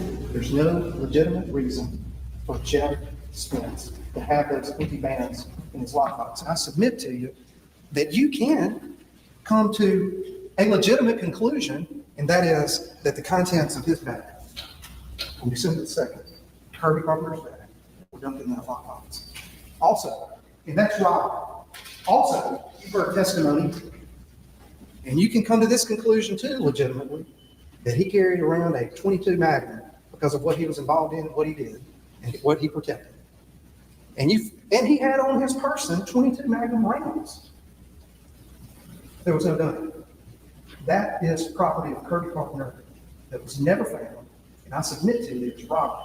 Whoever killed him, and we know it was Jeff Spence, took that gun and took that bag. And on December the 2nd, when he was opening that bag, he knew that he was going to get a call, that they were going to come back, and that crime was going to be a continuing crime. And you heard testimony from Chris McAllister that during that period when they came back, that Sunday, when they were back, in his Cadillac, they were putting silver coins in the back of that Cadillac. How about that? How about that? Maddie Jane's son killed, Casey's brother, Wendy's brother killed. And what's on his mind? What's he doing? He's taking bags of silver that he had nothing to do with in acquiring and getting and obtaining and working hard and putting it in the back of his Cadillac.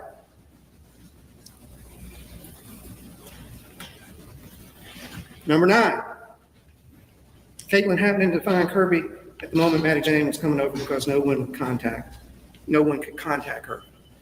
They were Christine, you are right about this. The judge did another trial recently, and the trial ended up as a mistrial, which we will see how this one ends here shortly.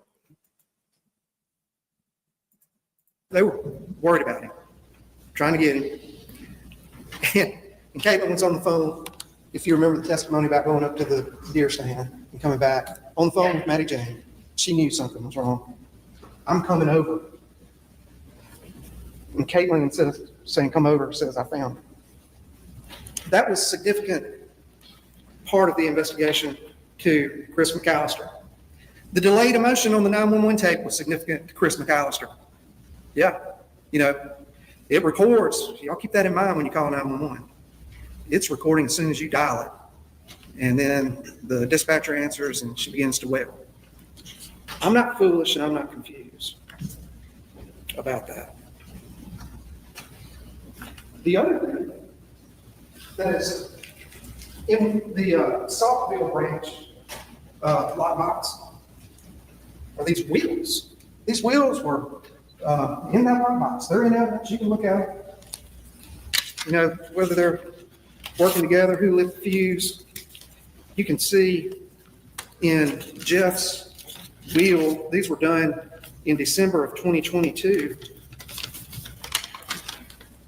And I submit to you that this is a consolidation or consummation of agreement. And I think that would be what Chris McAllister would say.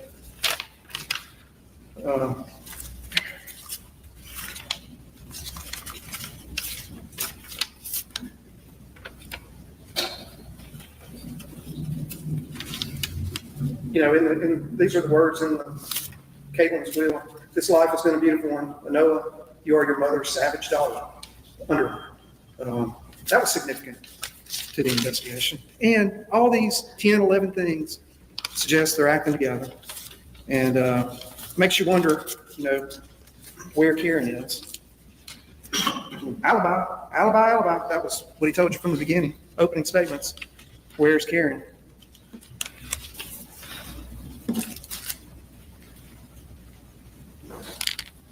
But around a year after Kirby's death, David Barnes gets arrested for stealing homicide.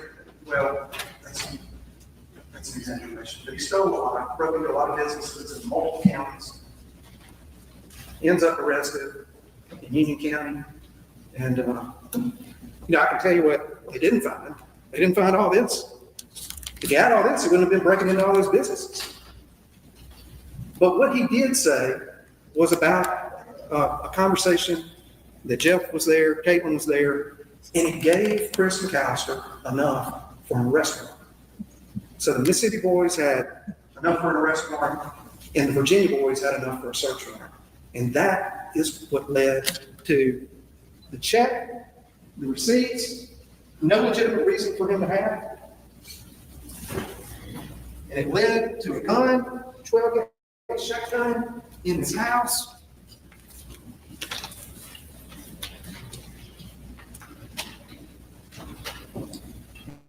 You got a picture of it right here. Buckshot.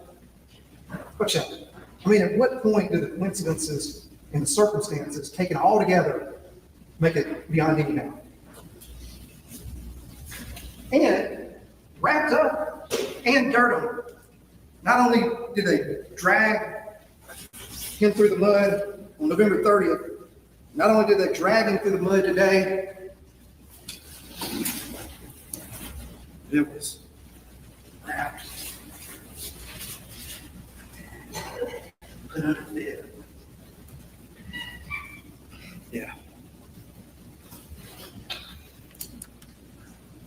And I submit to you, I mean, we've all Yeah, 2 minutes. heard David Barnes testify.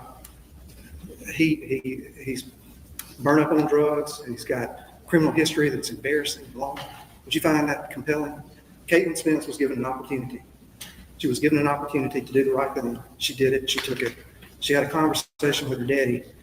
You can corroborate that with that text where he says, nothing better for my life or anyone's. That is confirmation that that conversation took place. And that brings us here. The judge has said, you have to use your common sense and sound honest judgment. I'm looking at, 500, 600, 700 years of experience collectively among all of you. Together, you'll go back there, you'll find, whoever your foreman is, you'll use that. I think that's what it means. Your life experiences, dealing with family, understanding, what it took for daughters to come up here and take the stand against their own father. And not only that, talk about a good father. What struck me was that David Hill would ask for a court's indulgence. He would go over there and get advice from Jeff Spence on how he can attack them and attack their testimony. And I submit to you that Kirby Carpenter, is well known. He had a silver and gold shop across from the courthouse. Oftentimes, when he tried a case in Tippah County, I'd go over there while the jury was deliberating, and I'd look at his guitars. I'm a guitar player. He had a set of country gentlemen Gretsch guitars, and he had a passion for these things. And Chris McAllister, he didn't have anything on his radar about him being some great drug dealer. He testified to that. And I submit to you that those 4 months, Karen Spence didn't come up here and tell you that she witnessed any kind of domestic abuse. It was full of joy for the birth of Noah. And he will never be able to experience the joy of her being young, nor will he have her companionship in old age. I submit to you that we've given you everything that Chris McAllister and the Virginia boys did, and that's proof enough. The totality of the circumstances, I'm neither foolish, I'm practical. Caitlin did the right thing. And she had that conversation with her daddy, knowing that he had killed Kirby Carpenter. And she came in here and told you about it. She raised her right hand and submitted herself to cross-examination, and Karen did not. She did not come in here and raise her hand because she knew there was a lie. There was a lie, and she did not understand cross-examination or your scrutiny.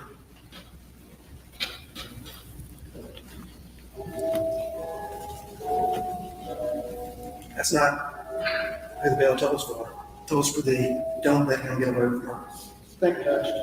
All right, ladies and gentlemen, the jury, we have. He said that bells toll. Oh, that was perfect timing for the bells. I know the judge is on the phone. That's what I was like. Please tell me he's watching the time on his phone, because that's all he was doing was sitting there staring at his phone. I'm like, oh my God. Okay, so with that, well, the jury was out for 3 hours and 2 minutes. Yes, and these bell tolls are going to haunt us. So they were out for 3 hours and 2 minutes. And so I'm going to switch tabs because we're going to go over this tab. This was the first jury note that came in. He needs to be here anyway. I didn't realize he was here. Thank you. It's the same one you want to see.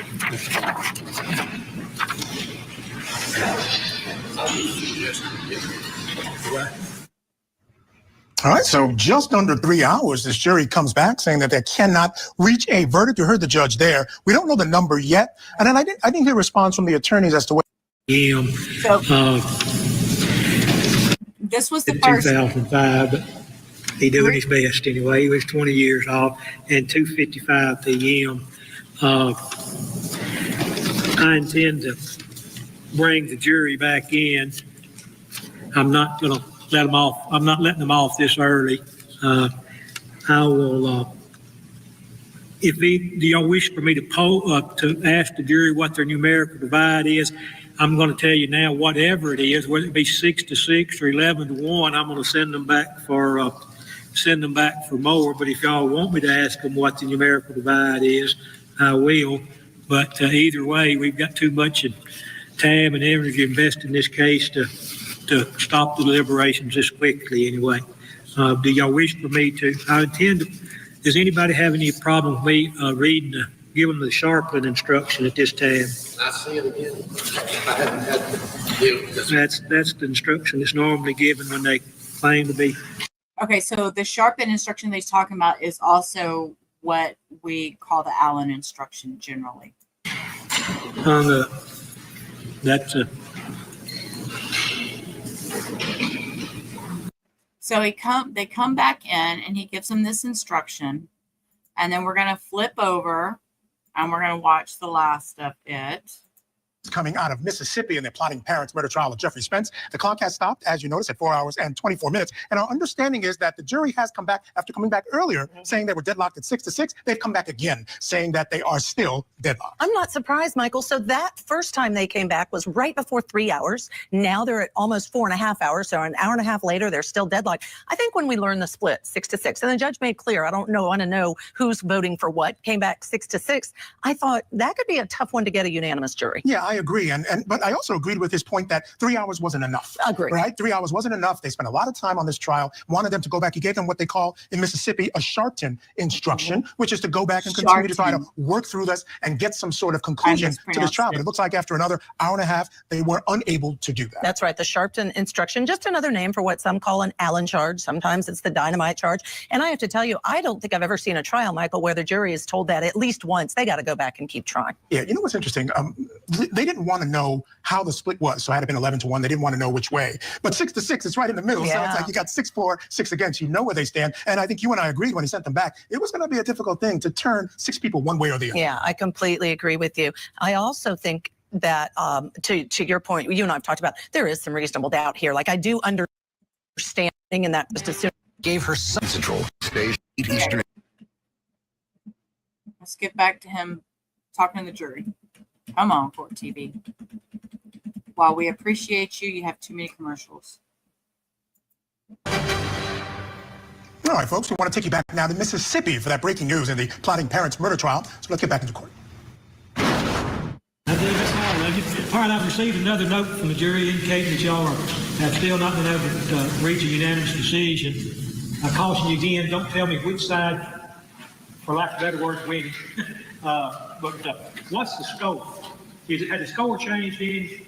No. The score has not changed any? Do you feel that, and I'm sort of directing this to all of you are, not just Mr. Williams, do you think that further deliberations, do you think any chance of any further deliberations moving the needle anywhere? Do you think further deliberations will be any use or not? Don't be bashful. Speak out, shake your head, whatever you think anyway. Yep. So with that, we get to do this.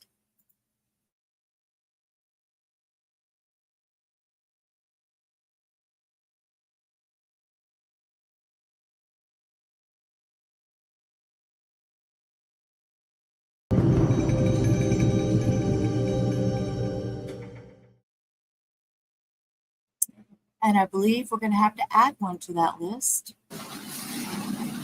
I see some of you shaking your head no. I see a lot of you shaking your head no.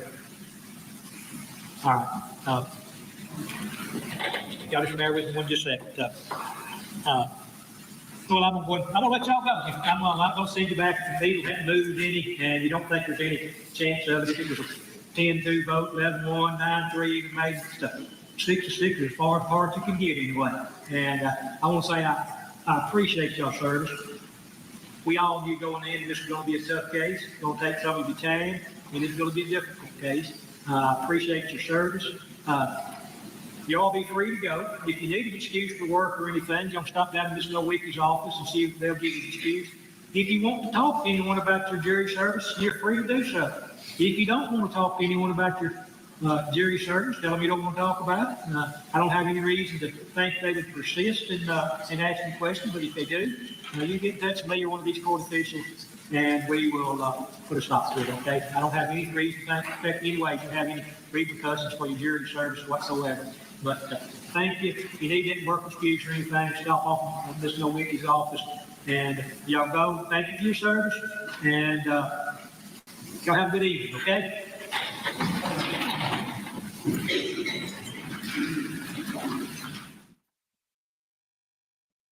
Okay, I'm going to pause it there. I heard there was a meltdown in the gallery, and I don't want to put that out there. I know that can be a very emotional time for family members and stuff. And we need to respect that. I do understand that he is still being held. He is not being released. So we will see where they go, if they have a retrial or what, if the state can come up with more evidence. So with that, y'all, I am very, very tired. I've had a very long day taking mom to the doctor and stuff. So I am going to piece rubber out really early tonight.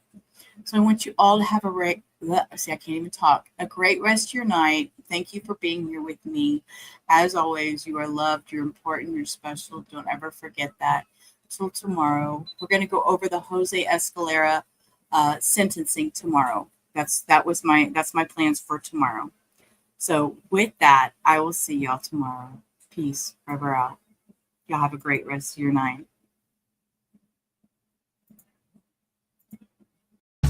Life's a ride on a